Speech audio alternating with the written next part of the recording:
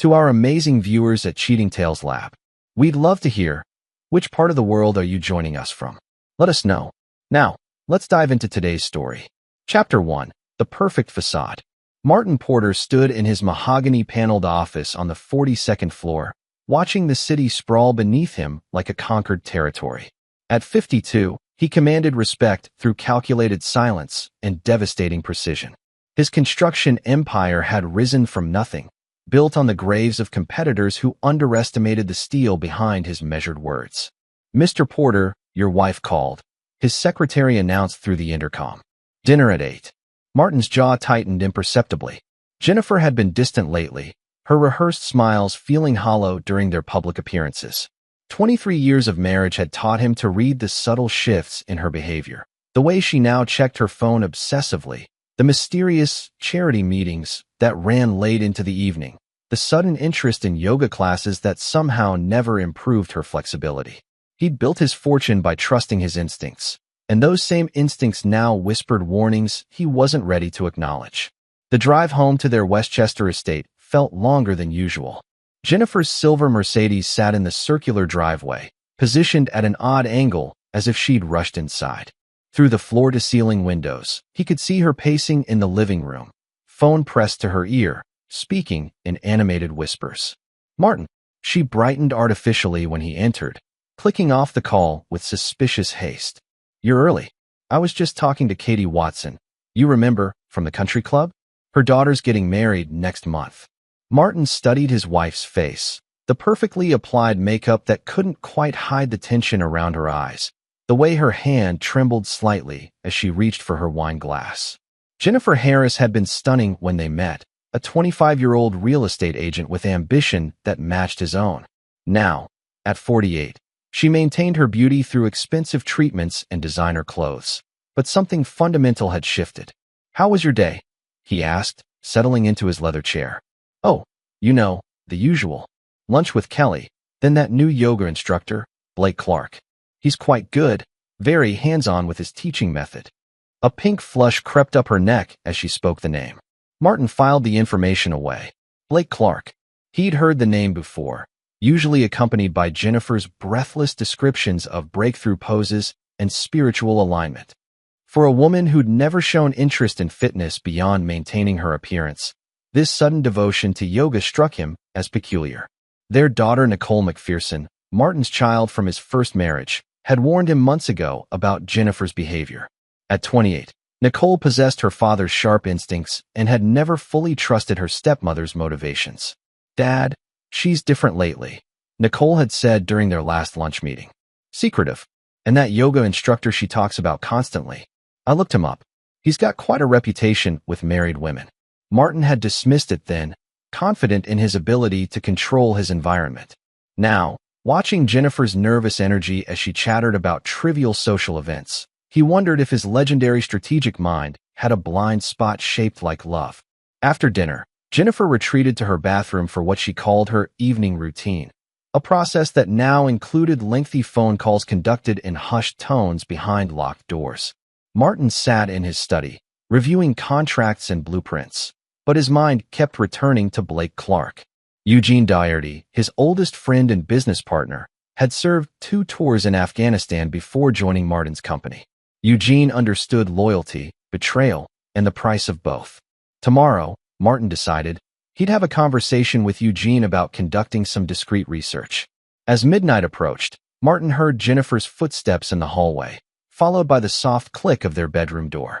When he finally joined her an hour later, she lay on her side, breathing in the shallow rhythm of someone pretending to sleep. Martin stared at the ceiling, his mind already working through possibilities and contingencies.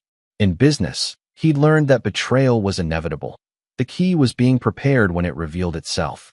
He'd destroyed companies and buried careers of those who dared cross him, but he'd never imagined needing those skills in his own home. The woman beside him shifted restlessly, murmuring a name in her sleep that wasn't his. Chapter 2. The Warning. Saturday morning brought the familiar ritual of grocery shopping at Westfield Market, the upscale store where Jennifer insisted they maintain appearances among Westchester's elite families. Martin pushed the cart while Jennifer selected organic produce with theatrical care, greeting fellow customers with the practiced warmth of a politician's wife. Katie Watson stood behind Register 3, a 24-year-old college student who'd worked at the store for over 2 years. Martin had noticed her before, observant eyes that missed nothing, quiet efficiency that spoke of intelligence beyond her station. Today, she seemed unusually tense as they approached her lane. "Good morning, Mr. and Mrs. Porter," Katie said, beginning to scan their items with mechanical precision. Jennifer launched into animated chatter about the weather, the country club's upcoming charity auction, and her new yoga regimen. "Blake is absolutely transformational," she gushed, apparently unaware of how her voice changed when she spoke his name. "He's helping me find balance in ways I never imagined possible."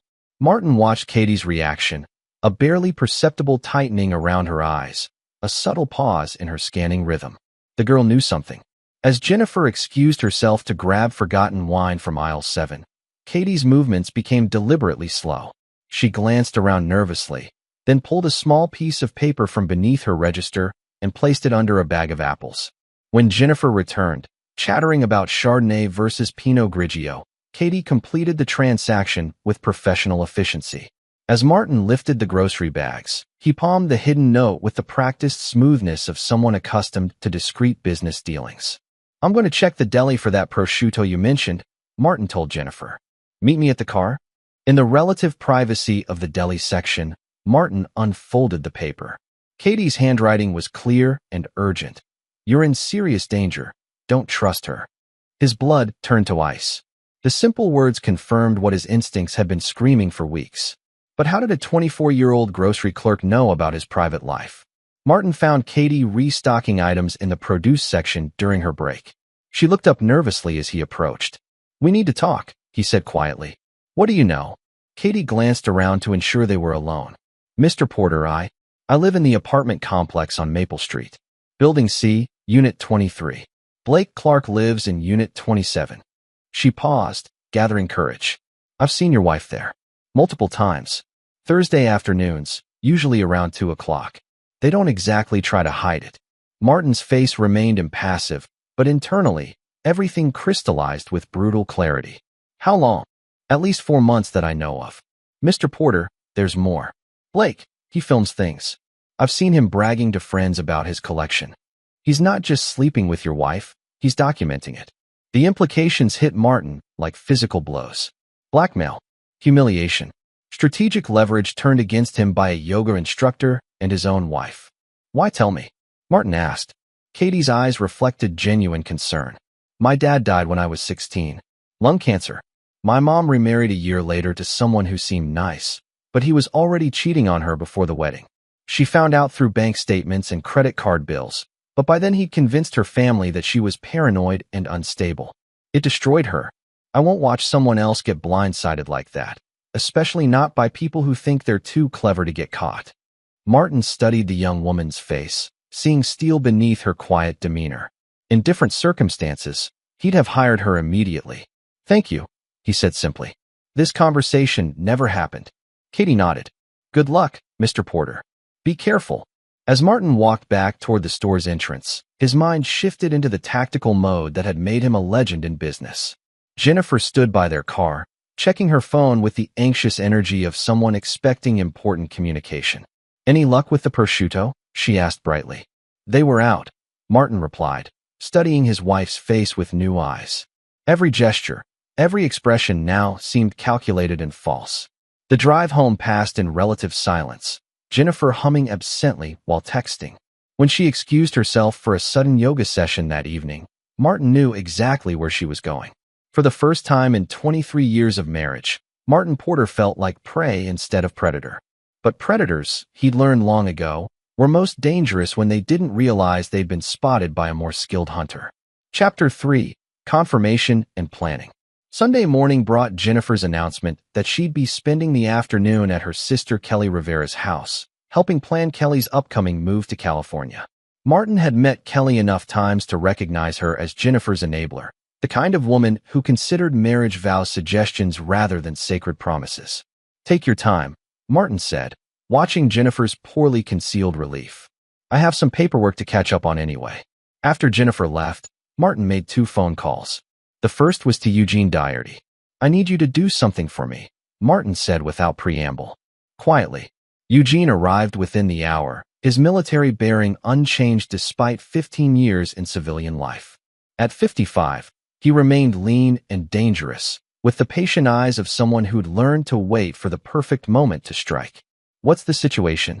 Eugene asked, settling into Martin's study. Martin handed over Katie Watson's note and explained what he'd learned. Eugene listened without interruption, his expression growing progressively darker. "You want surveillance?" Eugene asked finally. "I want proof. Video, audio, whatever you can get. And I want to know everything about Blake Clark, his background, his methods, his weaknesses." Eugene nodded grimly.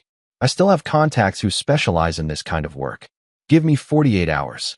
The second call was to his lawyer, Tim Ward, interrupting Ward's family brunch with the kind of urgency that commanded immediate attention. "Tim, I need you to review our prenuptial agreement. Every clause, every loophole.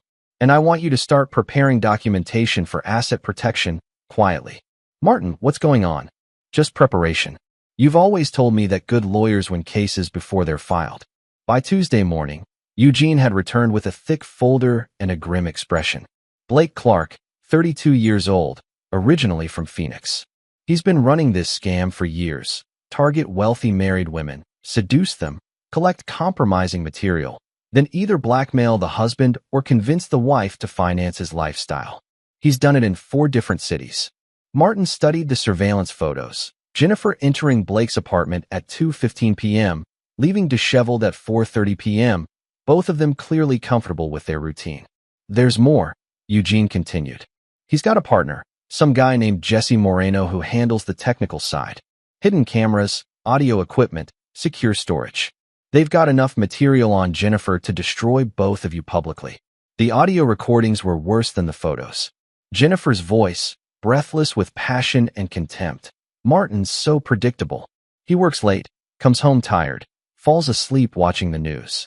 "Blake, you make me feel alive again. When this is over, we'll have enough of his money to disappear anywhere we want." Blake's response chilled Martin to the bone. "The beauty is, he'll never see it coming.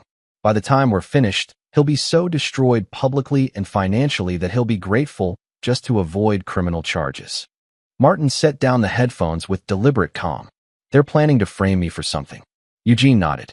"Moreno's got connections to some very creative accountants. My source thinks they're planning to manufacture evidence of money laundering through your construction contracts. Once they've got you facing federal charges, Jennifer divorces you, claims she had no knowledge of your criminal activities, and walks away with half of everything while you're fighting for your freedom." The elegant simplicity of it impressed Martin despite his fury. Use his wife's intimate knowledge of his business operations to construct a believable frame job, then let the legal system do their dirty work while they disappeared with his fortune. "How long do we have?" Martin asked. Based on their conversations, they're moving fast. Maybe 2 weeks before they spring whatever trap they've set. Martin walked to his office window, looking out at the empire he'd built through ruthless intelligence and absolute loyalty. Every major decision of his adult life had been calculated to increase his power and control. Now, the 2 people closest to him were preparing to destroy him using the very systems he'd mastered. "Eugene, I want you to reach out to Reginald Pitts." Eugene raised an eyebrow. Pitts was a former Special Forces operator who transitioned into private security work that existed in the gray areas between legal and necessary. "You're sure about this path?" Eugene asked. "Once we bring Pitts into it, there's no going back to civilized solutions." Martin turned from the window, his eyes holding the cold calculation that had made him legendary in business negotiations. "They made their choice when they decided to betray me. Jennifer had everything she could want: luxury, status, freedom to pursue her interests. Instead, she chose treachery. Blake thinks he can use a woman's emotions to destroy a man's life's work. They're both about to learn that some people fight back. What's the plan?" Martin smiled, and Eugene recognized the expression from their early business days when Martin had systematically destroyed a competitor who tried to steal a major contract through bribery. "We're going to give them exactly what they want and make them pay a price they never imagined. Jennifer wants excitement and passion. Blake wants to humiliate successful men. They're about to get both, along with consequences that will follow them for the rest of their lives. Eugene stood to leave, then paused. What about Nicole? She should know what's coming. Nicole will understand. She's always known that loyalty is rewarded and betrayal is punished. It's time for Jennifer and Blake to learn the same lesson. As Eugene left to contact Pitts, Martin returned to his desk and pulled out a legal pad. At the top, he wrote two names, Jennifer Harris Porter and Blake Clark. Below them, he began outlining a strategy that would systematically destroy every aspect of their lives while ensuring they understood exactly why it was happening. In business, Martin had learned that the most effective revenge was the kind that left your enemies wishing they'd never been born. Jennifer and Blake were about to discover just how creative a truly ruthless man could become when stripped of sentiment and driven by pure, calculated rage. Chapter 4. The Hunter Becomes the Hunted. Thursday evening brought an unexpected invitation. Jennifer announced that Blake would be joining them for dinner to discuss a business opportunity. The audacity of it impressed Martin even as it confirmed their complete contempt for him. Blake's thinking of opening his own studio, Jennifer explained, her voice bright with false enthusiasm. I thought you might be interested in the real estate investment potential. Martin agreed with the measured calm that had terrified business rivals for decades. He'd always believed that enemies revealed themselves most completely when they thought they were winning. Blake Clark arrived at 7 sharp, displaying the predatory confidence of a man who believed himself untouchable. Tall and athletic, with the kind of sculpted features that attracted bored housewives, he carried himself with an arrogance that made Martin's fingers itch for violence. Mr. Porter, such an honor, Blake said, extending his hand with theatrical sincerity. Jennifer speaks of you constantly. I'm sure she does, Martin replied, noting how Blake's grip lingered just long enough to establish dominance. Jennifer tells me you're quite hands-on with your instruction methods. Blake's smile widened. I believe in personal attention. Every student has unique needs that require individual focus. Throughout dinner, Martin watched his wife and her lover perform their charade with practiced ease. Jennifer played the supportive wife promoting a friend's business venture, while Blake positioned himself as the grateful yoga instructor seeking guidance from a successful entrepreneur. Their shared glances and subtle touches revealed the truth beneath their performance. The studio space I'm considering is quite expensive, Blake said over dessert. But Jennifer assures me you understand the value of strategic investments. Strategic investments require thorough due diligence, Martin replied. I'd need to examine all aspects of the business plan, financial projections, operating costs, potential liabilities. Blake leaned forward eagerly. I have complete documentation. Perhaps we could meet privately to discuss the details? I'd hate to bore Jennifer with mundane business matters. Excellent suggestion. My office, tomorrow at 2 o'clock. After Blake left, Jennifer's excitement was palpable. Isn't he wonderful? So passionate about his work, so committed to helping people transform their lives. Transformation, Martin mused. Yes, I can see why that would appeal to you. Meanwhile, Reginald Pitts had begun his own transformation of Blake Clark's life. Eugene's former Special Forces contact specialized in psychological warfare that left no fingerprints and no evidence, just a growing sense of paranoia and helplessness in his targets. Blake's apartment building experienced a series of minor inconveniences. His mail delivery became sporadic. His internet connection suffered mysterious outages. His car developed electrical problems that mechanics couldn't quite diagnose.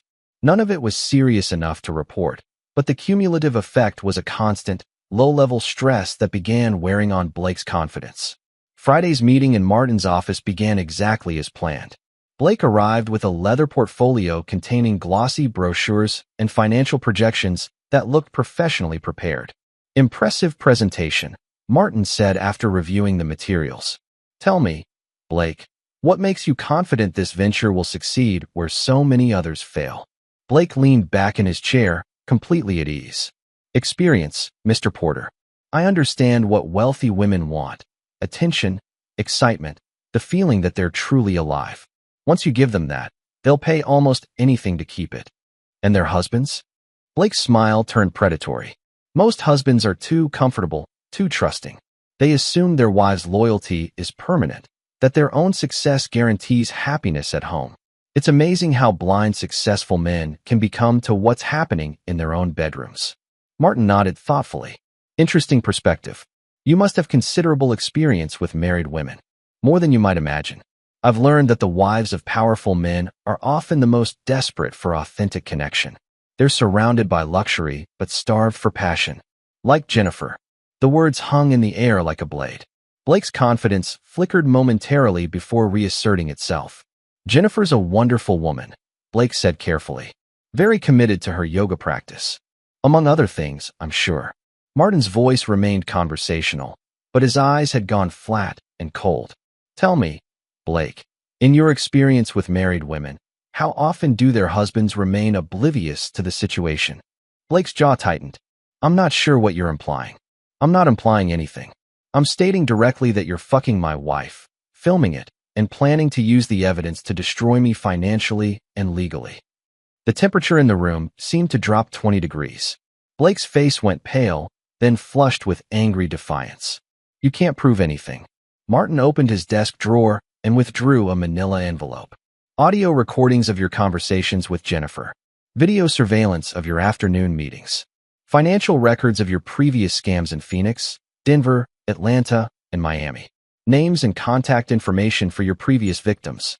And most interesting of all, documentation of Jesse Moreno's plan to plant fabricated evidence of money laundering in my business accounts. Blake's bravado crumbled completely. What do you want? Right now? Nothing. You're going to continue your relationship with Jennifer exactly as before. You're going to proceed with whatever timeline you've established for your little frame job. The only difference is that now I know everything you're planning to do before you do it.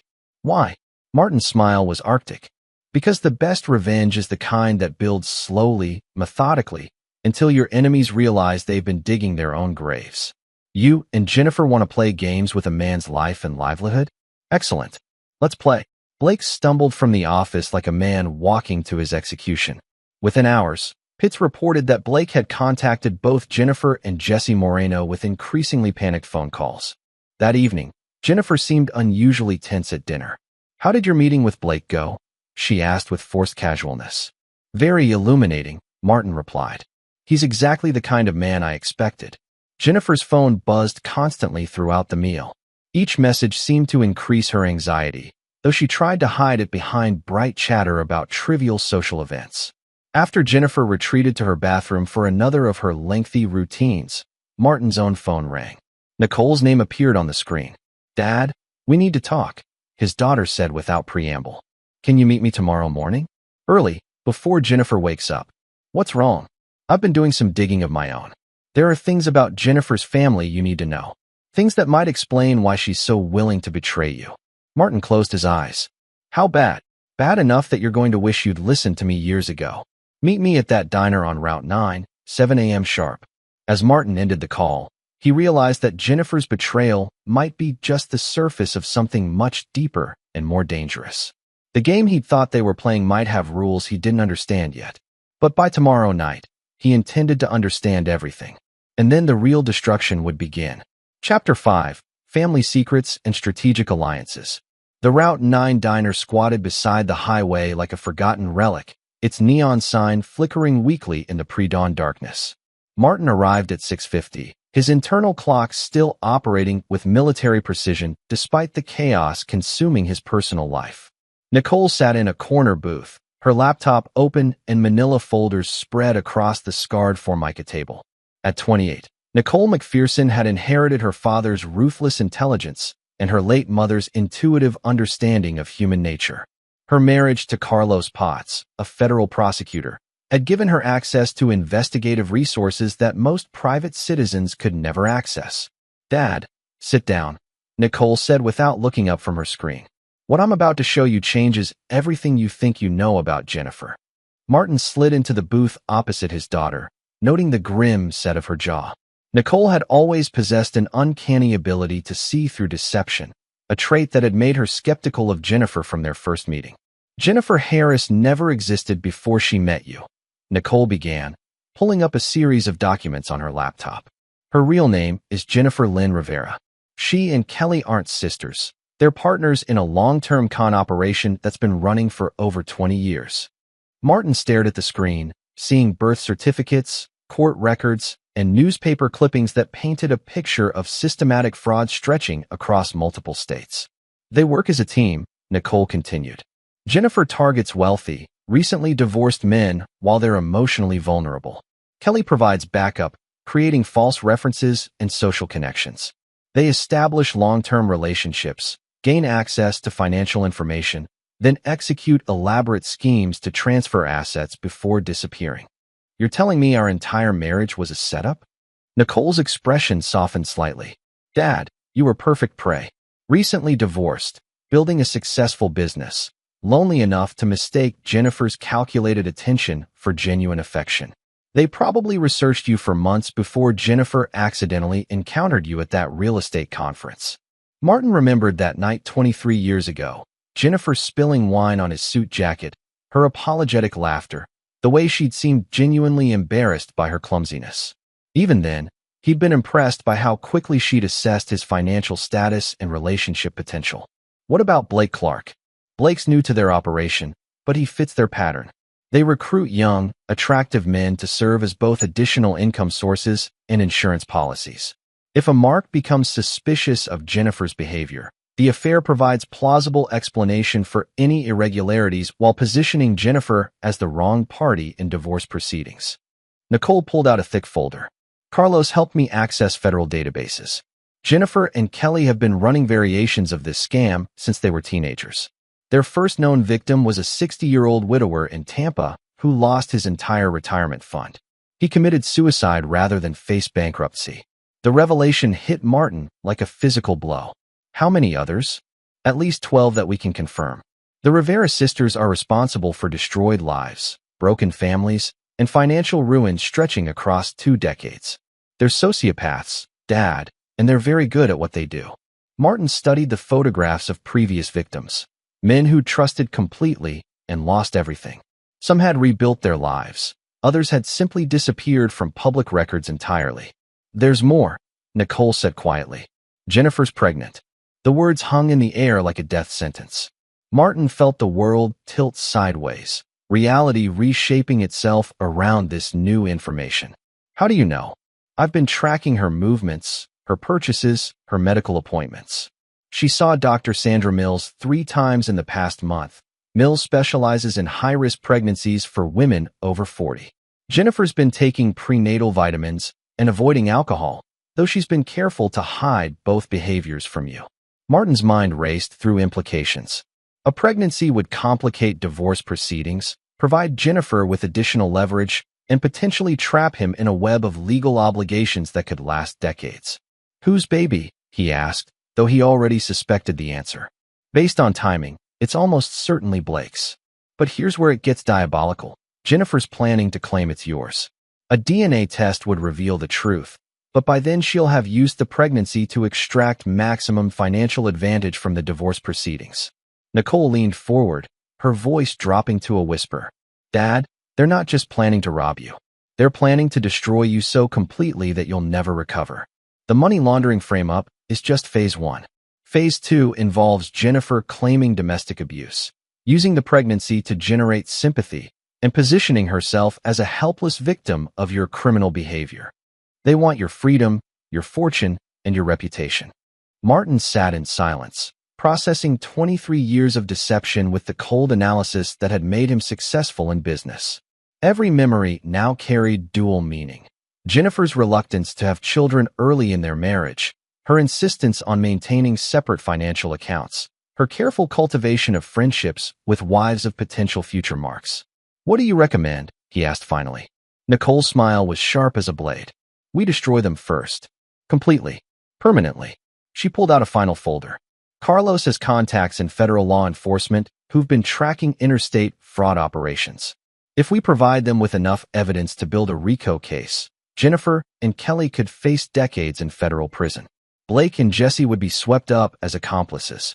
That's not enough, Martin said quietly. Prison is temporary. They'd eventually get out, change their names, start over. I want them broken beyond any possibility of recovery. Nicole nodded as if she'd expected this response. Then we use their own methods against them. We make them believe they're winning right up until the moment we reveal how completely they've been defeated. Martin's phone buzzed with a text from Eugene. Pitts has interesting news. Emergency meeting at your office in 1 hour. As they left the diner, Nicole placed her hand on her father's arm. Dad, I know this is devastating, but you need to understand. Everything Jennifer ever said to you, every gesture of affection, every moment of apparent intimacy was calculated manipulation. She's incapable of genuine human connection. Martin looked at his daughter, the one person whose loyalty had never wavered, whose love had never come with conditions or hidden agendas. Nicole, I want you to distance yourself from this situation. Whatever's about to happen, I need you protected. Absolutely not. She played games with my family. She made my father into a victim. That ends now. The drive back to Martin's office felt like preparation for war. By noon, he'd have all the information necessary to begin systematic destruction of the people who'd spent decades destroying others. Jennifer Harris Rivera had chosen the wrong target for her final con. She was about to learn that some men fought back with resources and ruthlessness that sociopaths couldn't comprehend. The hunt was about to become an execution. Chapter 6. The Trap Springs. Eugene and Reginald Pitts waited in Martin's office conference room, their faces grim with the kind of news that changed everything.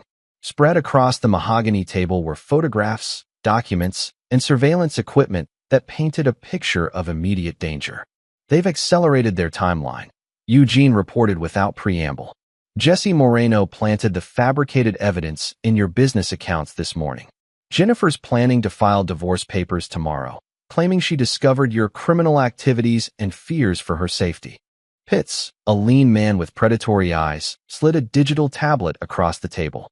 Blake's been recording conversations with Jennifer for weeks, building a narrative that you've become increasingly volatile and controlling. They've got audio of Jennifer claiming you threatened her physically.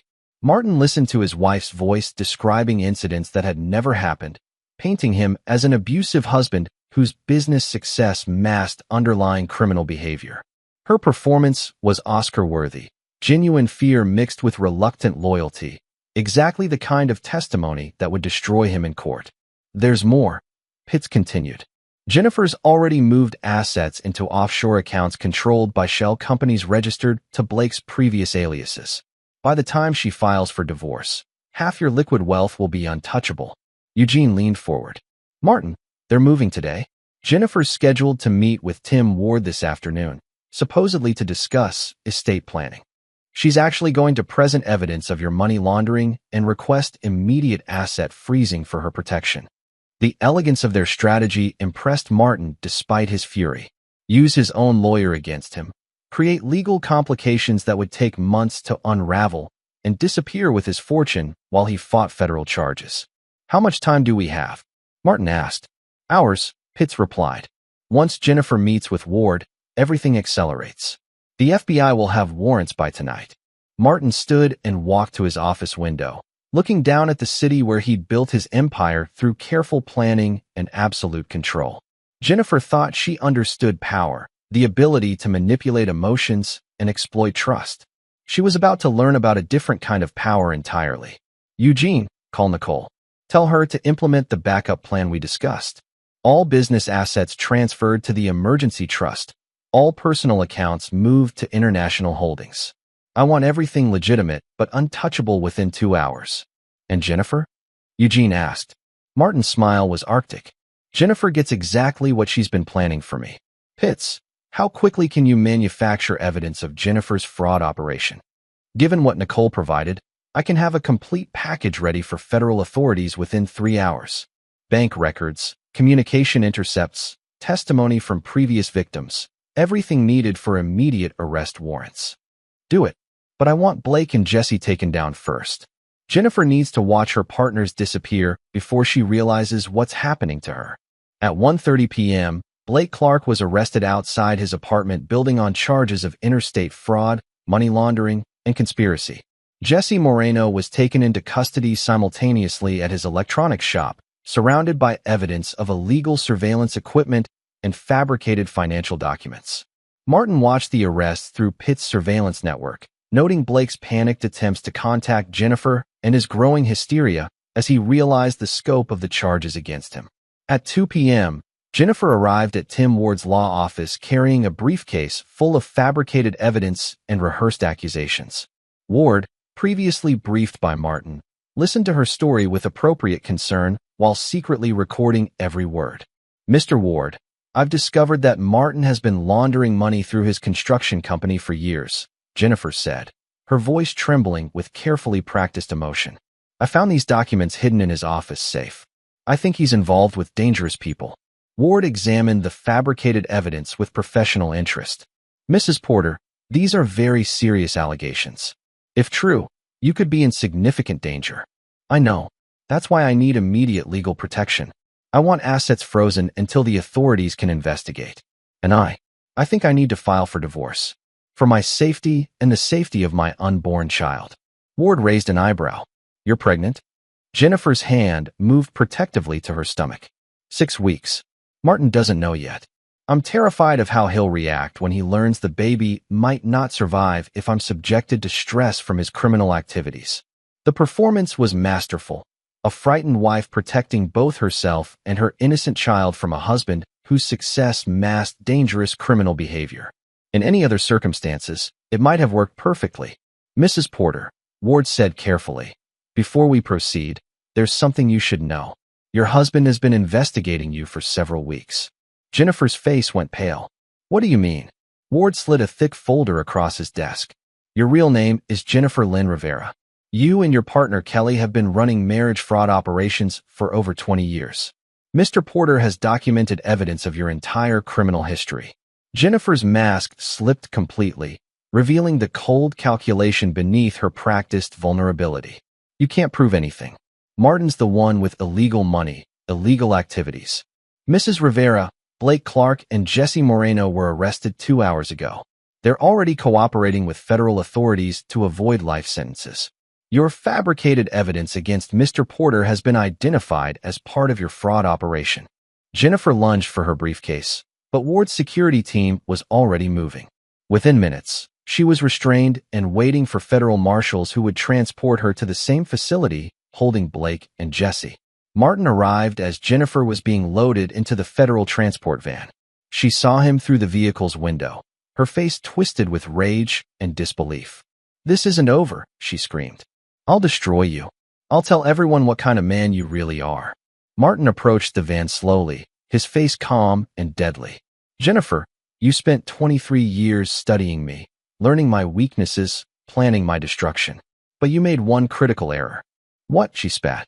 "You assumed I was just another Mark, another lonely, trusting man who could be manipulated and discarded. You never considered that some men are predators by nature, and that you might have finally encountered something more dangerous than yourself."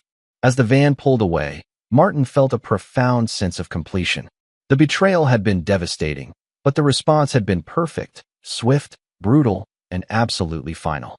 Eugene approached from behind. "What about Kelly?" "Arrested in Los Angeles 30 minutes ago."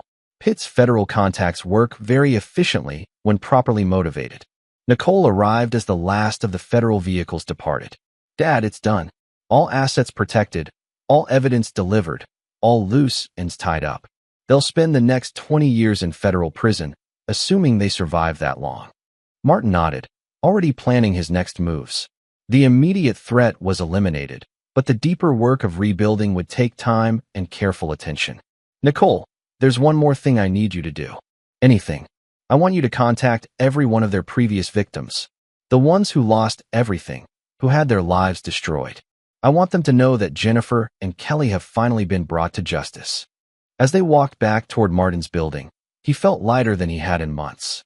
The betrayal had nearly destroyed him, but surviving it had revealed depths of strength and ruthlessness he'd never fully accessed before.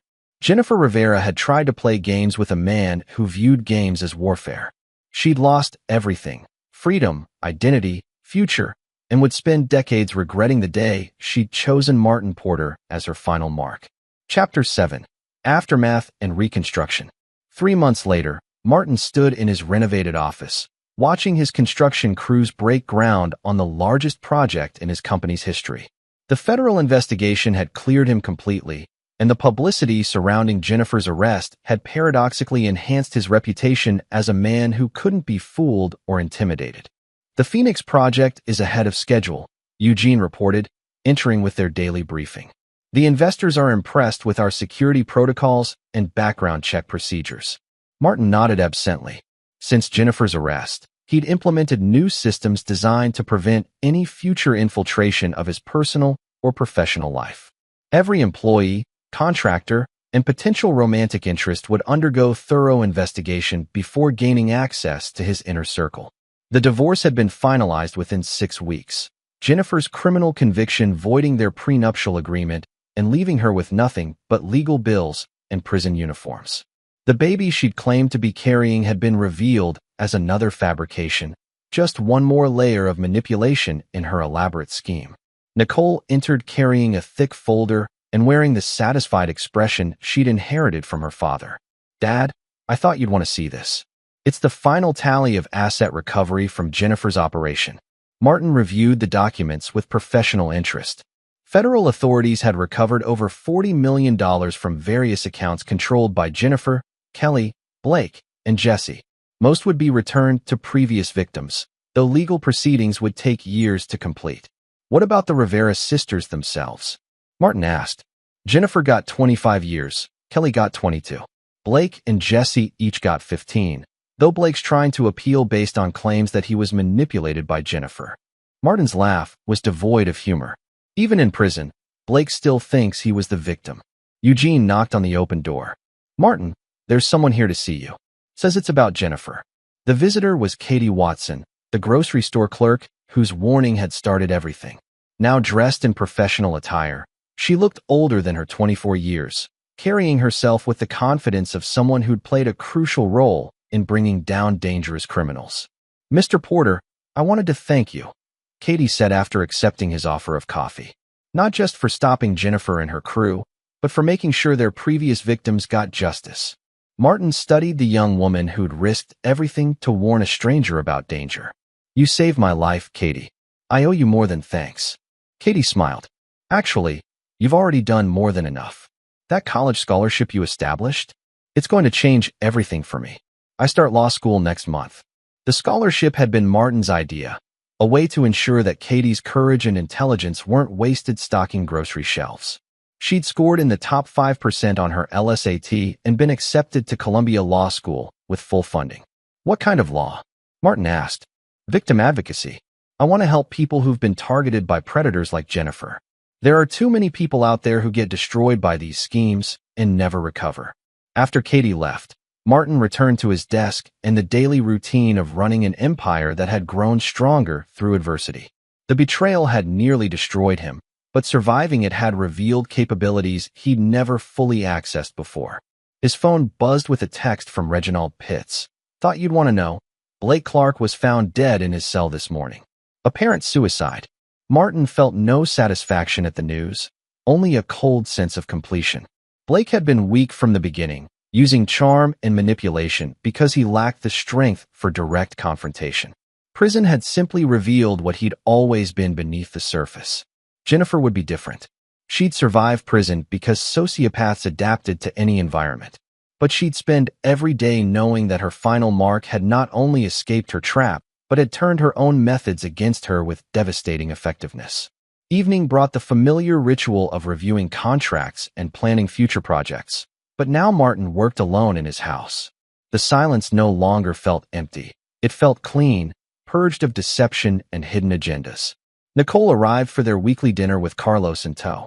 The prosecutor had become a valuable ally, providing insight into federal investigations and ensuring that Martin's legal protections remained ironclad. "Dad, I have news," Nicole said over dessert. "Carlos and I are getting married. Next month, small ceremony, just family and close friends." Martin smiled genuinely for the first time in months. "Congratulations. Carlos, you're getting an extraordinary woman. Treat her accordingly." "I've learned from watching you, sir," Carlos replied. "Loyalty and trust are earned, not assumed." After they left, Martin walked through his house, noting the absence of Jennifer's belongings and the subtle changes he'd made to reclaim the space. Every room had been cleansed of her presence, redecorated to reflect his preferences rather than her calculated choices. In his study, he opened the safe that Jennifer had thought contained his most valuable secrets. Inside was a single photograph, his late wife Sarah, Nicole's mother, taken on their wedding day 29 years ago. Sarah had died of cancer when Nicole was 12, leaving Martin convinced that true partnership was impossible to find again. Jennifer had exploited that grief, using his memories of genuine love to create the illusion of finding it again. The deception had been perfect because it had targeted his deepest vulnerability. But Sarah's memory had also provided the strength to survive Jennifer's betrayal. Real love left foundations that couldn't be destroyed by imitation, no matter how skillfully crafted. Martin closed the safe and returned to his desk, already planning tomorrow's challenges. His empire would continue growing, his wealth would increase, and his influence would expand. But he'd never again make the mistake of confusing manipulation for affection or calculated attention for genuine care. Jennifer Rivera had taught him that some people were born predators, incapable of authentic human connection. The lesson had been expensive but ultimately valuable. Now he was stronger, wiser, and absolutely ruthless in protecting what mattered most.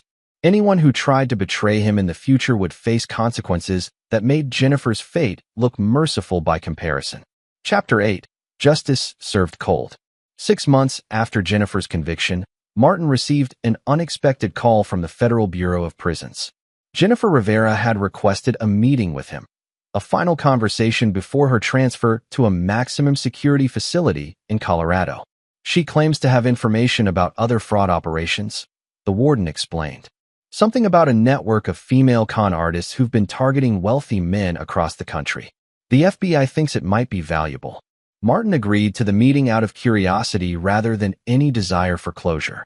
Jennifer had lost everything that mattered to her: freedom, money, identity, future, but he suspected she still harbored delusions about manipulating the situation to her advantage. The Federal Detention Center in Lower Manhattan was a fortress of concrete and steel, designed to contain the most dangerous criminals in the country. Martin passed through multiple security checkpoints before reaching the visiting room, where Jennifer waited behind reinforced glass. Prison had transformed her dramatically. The expensive clothes and professional makeup were gone, replaced by an orange jumpsuit and the pale complexion of someone who rarely saw sunlight. But her eyes remained sharp and calculating, still searching for angles and weaknesses to exploit. "Martin," she said through the intercom, her voice carrying none of its former warmth. "Thank you for coming. What do you want, Jennifer?" She leaned forward, apparently attempting to project vulnerability and regret. "I want to help you understand why everything happened the way it did. You deserve the truth." Martin studied her face, noting the practiced expressions and calculated gestures that had once seemed genuine. "The truth is that you're a sociopath who spent 23 years stealing from me while pretending to love me. What else is there to understand?" Jennifer's mask slipped slightly, revealing the cold hatred beneath. "You think you're so much better than me, don't you? So moral and righteous. But you destroyed lives just as thoroughly as I did. I destroyed the lives of people who chose to betray me. You destroyed the lives of innocent people who made the mistake of trusting you. Blake is dead because of you." Jennifer spat. "Jesse's been beaten half to death twice. Kelly's in solitary confinement because other inmates think she's a snitch. You orchestrated all of it." Martin's expression remained impassive. "I provided evidence to federal authorities. What happened to your partners in prison is the natural consequence of their choices." Jennifer laughed bitterly. "Natural consequences? You had Blake killed. Don't pretend otherwise. Blake killed himself because he was weak and couldn't handle the reality of his situation. If I'd wanted him dead, he never would have made it to trial." The conversation continued for 20 minutes, with Jennifer alternating between attempted manipulation and naked hostility. She revealed details about other fraud operations, names of accomplices, and locations of hidden assets, information that would help authorities pursue additional cases. But Martin recognized her true motivation. Jennifer wasn't cooperating out of remorse or desire for justice. She was trying to reduce her sentence and maintain some form of power over her fate.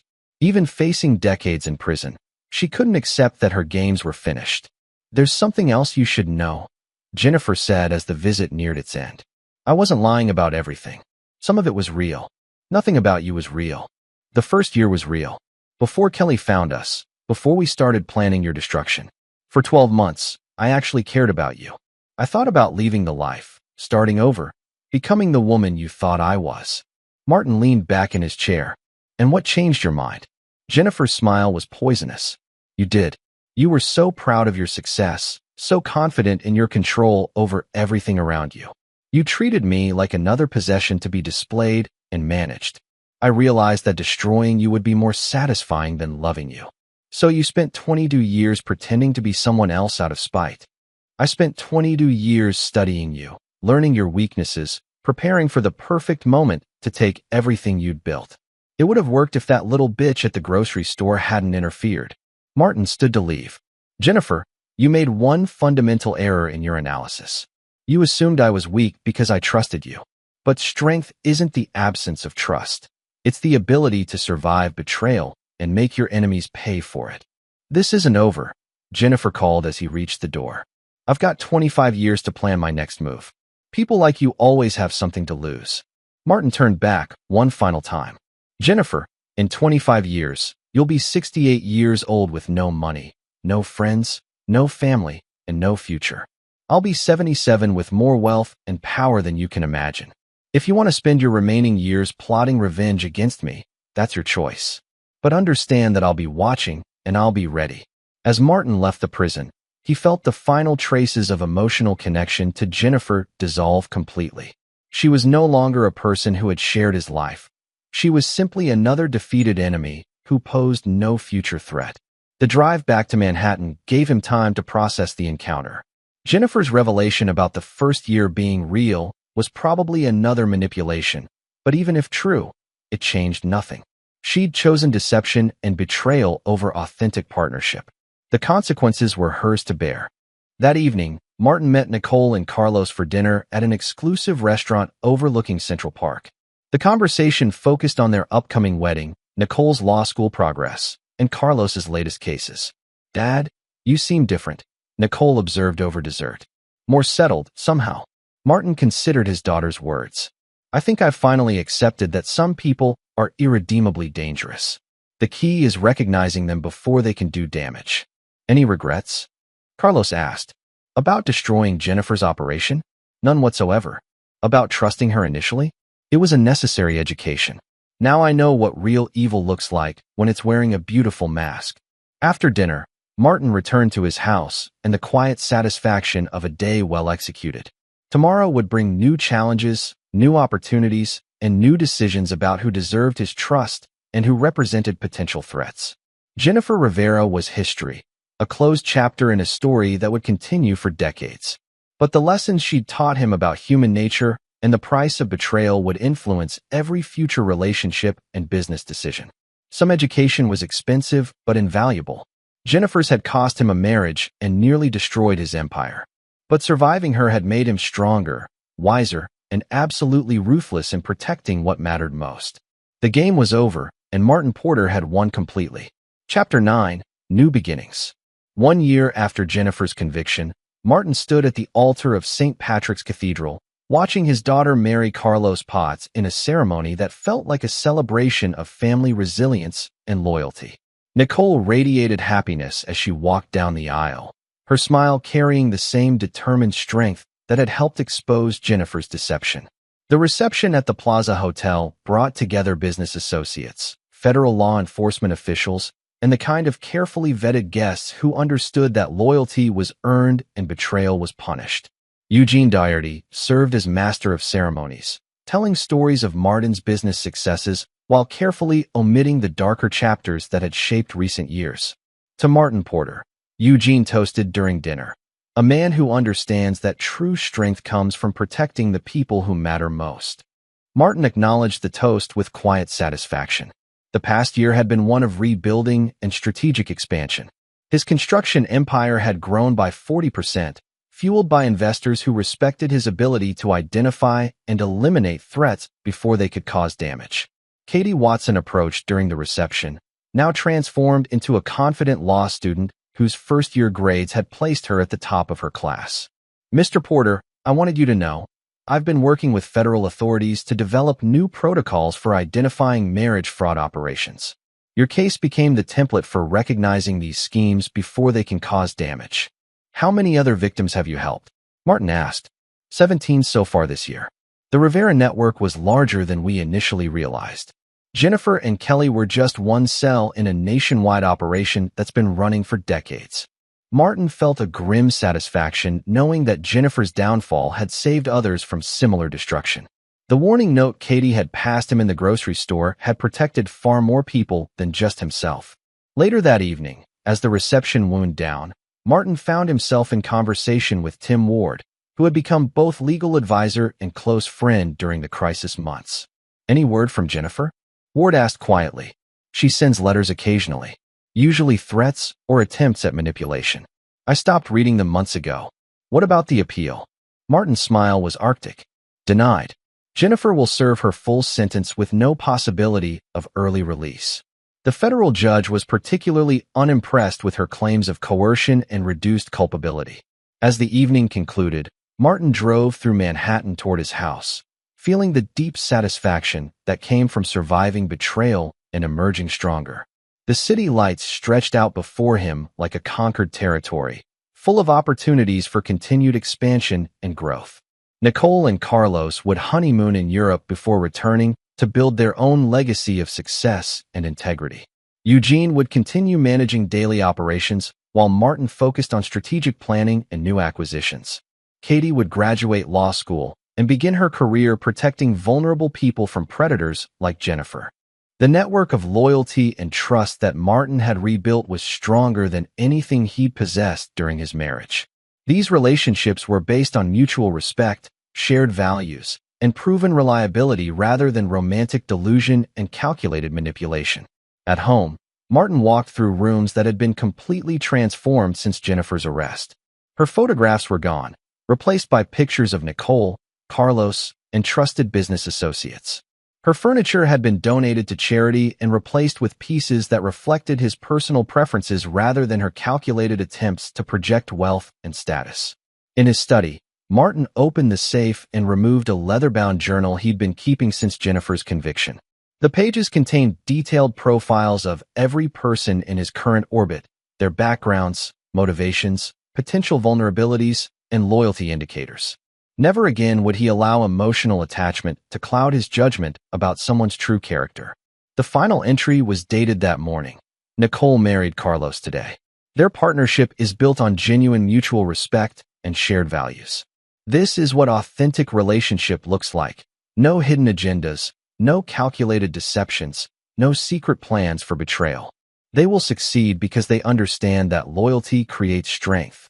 Martin closed the journal and returned it to the safe alongside Sarah's photograph and important business documents. The past was preserved, but no longer controlling his future. Jennifer Rivera was a contained threat, neutralized permanently, and serving as a warning to anyone else who might consider targeting him.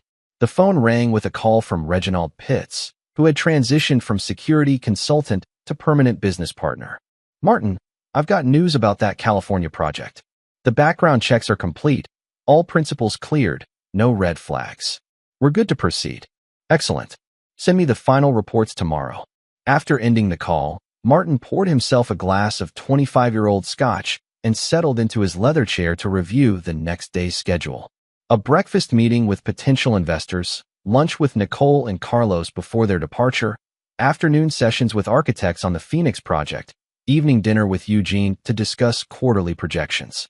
Every interaction would be professional, productive, and based on clearly understood mutual benefit rather than romantic fantasy or emotional vulnerability. The lessons Jennifer had taught him about human nature were expensive but invaluable.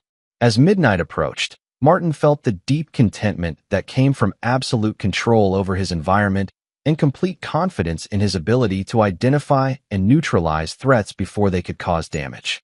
Jennifer Rivera had tried to destroy him using the most intimate forms of betrayal possible.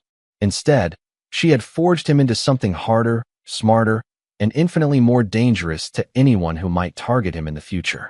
The grocery store note that had started everything now hung framed in his office, a reminder that vigilance was the price of survival and that sometimes salvation came from the most unexpected sources. Martin Porter had won completely. Jennifer Rivera would spend the next 24 years regretting the day she'd chosen him as her final mark. And everyone who mattered to him now understood that loyalty was rewarded while betrayal was punished with absolute finality. The game was over. The predator had become prey, and justice, served cold and calculated, had never tasted sweeter.